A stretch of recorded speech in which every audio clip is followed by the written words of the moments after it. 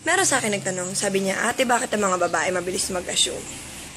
Ang sagot ko dyan, ang mga babae, hindi naman yan mag-a-assume kung wala yung pinaghuhugutan.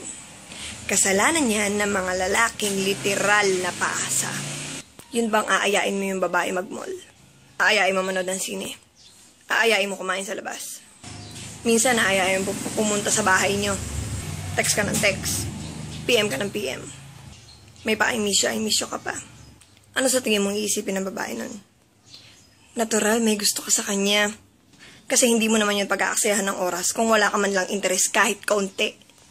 Unless ang target mo ay makapasok sa ilalim ng pantalon niya. Huwag niyong sisihin ng mga babae kung bakit nag-a-assume. Huwag kayong magbigay ng motibo.